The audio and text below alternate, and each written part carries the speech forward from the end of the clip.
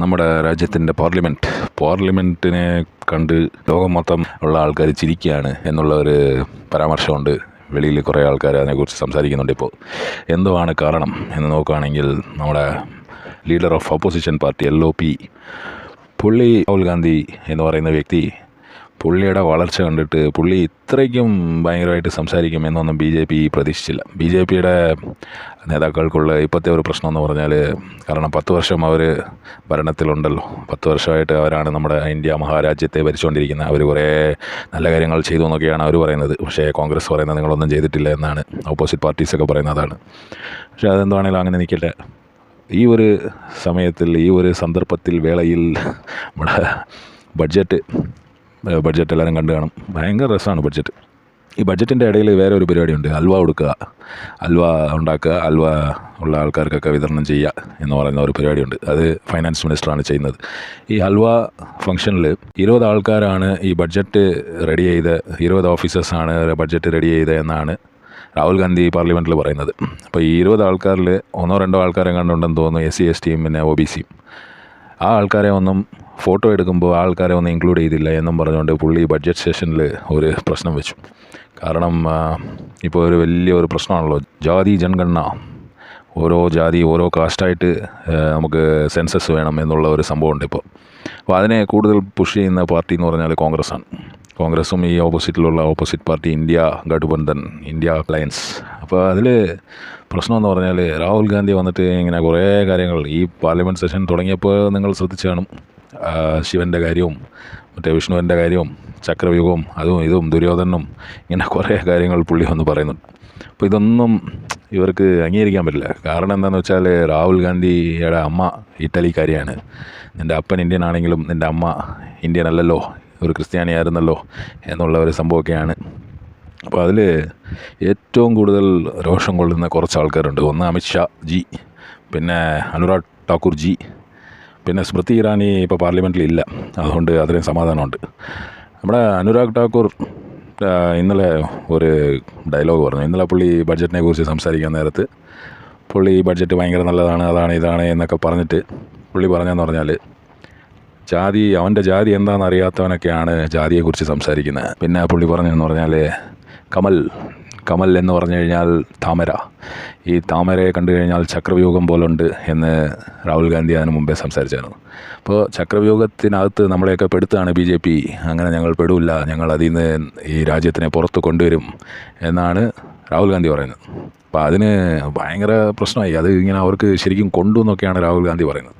അപ്പോൾ ആ ഒരു കാര്യത്തിന് മറുപടി പറയുന്ന പോലെയാണ് ഈ ചക്രവ്യൂഹത്തിൻ്റെ കാര്യമൊക്കെ എടുത്തു. പിന്നെ പുള്ളി പറഞ്ഞതെന്ന് പറഞ്ഞാൽ, കമൽ എന്ന് പറഞ്ഞു കഴിഞ്ഞാൽ രാജീവ് എന്ന് പറയുന്നതും കമലും ഒന്നാണ് മോനെ, അത് നിങ്ങൾക്കറിയാമല്ലോ രാഹുൽ ജി, അത് നിങ്ങൾക്കറിയാമെങ്കിൽ, അതായത് നിൻ്റെ തന്തയുടെ പേര് കമൽ തന്നെയാണടാ എന്നാണ് പുള്ളി ഉദ്ദേശിക്കുന്നത്.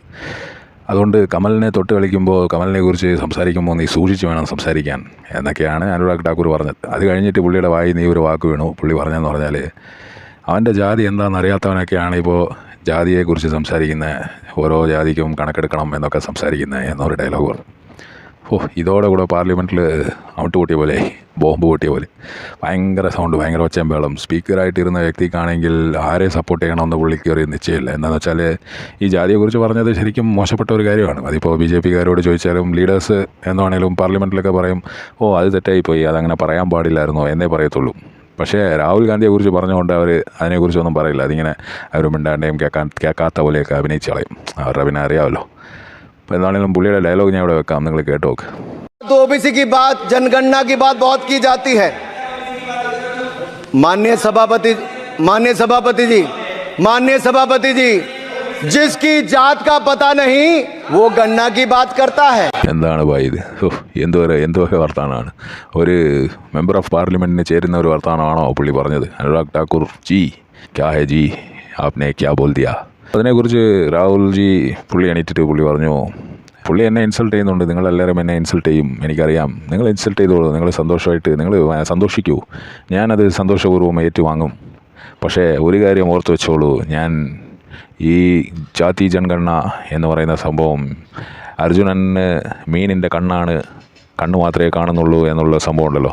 അപ്പോൾ അതുപോലെയാണ് എനിക്ക് ഈ ജാതി ജനഗണന എന്നുള്ളത് മാത്രമേ ഞാൻ കാണുന്നുള്ളൂ. ഞങ്ങൾ ഇന്ത്യ ഗഡ്ബന്ധൻ അത് മാത്രമേ കാണുന്നുള്ളൂ. ഞങ്ങൾ ഉറപ്പായിട്ടും ജാതി ജനഗണന ബില്ല് ഇവിടെ പാസ്സാക്കിയിരിക്കും, നിങ്ങൾ വേണേൽ നോക്കിക്കോ എന്ന് പുള്ളി വെല്ലുവിളിച്ചു. അത് കേട്ടപ്പോൾ പിന്നെ ഭയങ്കര പ്രശ്നമായി. പക്ഷേ ലോക്സഭ ടി വിയിൽ ഈ ഡയലോഗ് വരാൻ നേരത്ത് ജിസ്കാ ജാത് കാ പതാ നഹീ ഓ ജാത് കാ ബാരെ മേ ജാതി ജനഗണന K Bare may Baat കർത്താ high എന്നും പറഞ്ഞ ആ ഡയലോഗ് നമ്മുടെ ലോക്സഭ ടി വിയിൽ വരുമ്പോൾ അതിനെ ബീപ്പ് ചെയ്തിട്ടാണ് കാണിച്ചത്. ഇതിപ്പോൾ സോഷ്യൽ മീഡിയയിൽ കിടന്ന് കറങ്ങുന്നുണ്ട്. അവിടെ നിന്നാണ് എനിക്ക് ഈ വീഡിയോ കിട്ടിയത്.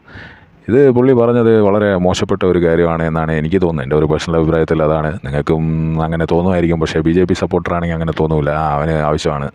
കാരണം രാഹുൽ ഗാന്ധി ഇപ്പോൾ ഈയിടെയായിട്ട് ഭയങ്കര ഫോമിലാണല്ലോ. പുള്ളി അടിക്കുന്നതൊക്കെ 6 ആണ് എന്നാണ് BJPക്കാർ ഫീൽ ചെയ്യുന്നതെന്നാണ് വെളിയിലുള്ള സംസാരം. എന്താണേലും അടുത്ത ദിവസങ്ങളിൽ ഭയങ്കര സംഭവങ്ങൾ ഉണ്ടാവാമെന്നാണ്. ഓരോ ദിവസവും പാർലമെൻറ്റിൽ കടന്നു പോകുന്നത് ഭയങ്കര പാടുപെട്ടിട്ടാണ്.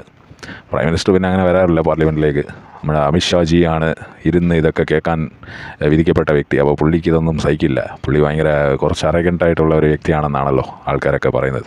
നമ്മുടെ അഖിലേഷ് യാദവ് ഇന്ത്യ അലയൻസിലെ ഒരു മെയിനായിട്ടുള്ള ഒരു വ്യക്തിയാണ്. പുള്ളി ഭയങ്കരമായിട്ട് സപ്പോർട്ട് ചെയ്തു. രാഹുൽജീനെ സപ്പോർട്ട് ചെയ്തിട്ട് പുള്ളി എണീറ്റിട്ട് ചോദിച്ചു, നിങ്ങൾ എങ്ങനെ ഒരാളുടെ അടുത്ത് ജാതി ചോദിക്കും, നിങ്ങൾക്ക് ഉളിപ്പില്ലേ വൈ എന്നാണ് പുള്ളി ചോദിച്ചത്. അതിനു മുമ്പ് ഇവർ തമ്മിൽ ഭയങ്കര ക്ലാഷായിരുന്നു. അനുരാഗും മറ്റേ അഖിലേഷ് ജിയും തമ്മിൽ ഭയങ്കര ക്ലാഷായിരുന്നു. എന്താണേലും അടുത്ത ദിവസങ്ങളിൽ ഭയങ്കര സംഭവങ്ങളായിരിക്കും തോന്നുന്നു. ഇത് പക്ഷേ മോശപ്പെട്ട ഒരു കാര്യമായിട്ടാണ് എനിക്ക് തോന്നുന്നത്. ഒരു പാർലമെൻറ്റിൽ ഇങ്ങനെയൊന്നും ചോദിക്കാൻ പാടില്ല, അങ്ങനെ പറയാൻ പാടില്ല എന്ന് പറയില്ലേ, അത് ഫൗളാണെന്ന്. അതുപോലെയാണ് എനിക്ക് തോന്നുന്നത്. ആണെങ്കിലും നോക്കാം, നമ്മുടെ നാട്ടുകാർക്ക് വല്ലതുമൊക്കെ നല്ല കാര്യങ്ങൾ ചെയ്താലായി. ഇതിൽ നമ്മുടെ ഒരു MP ഉണ്ട്, പുള്ളി ഇതിനെക്കുറിച്ചൊന്നും പറഞ്ഞു കേട്ടില്ല. എന്താണാവോ.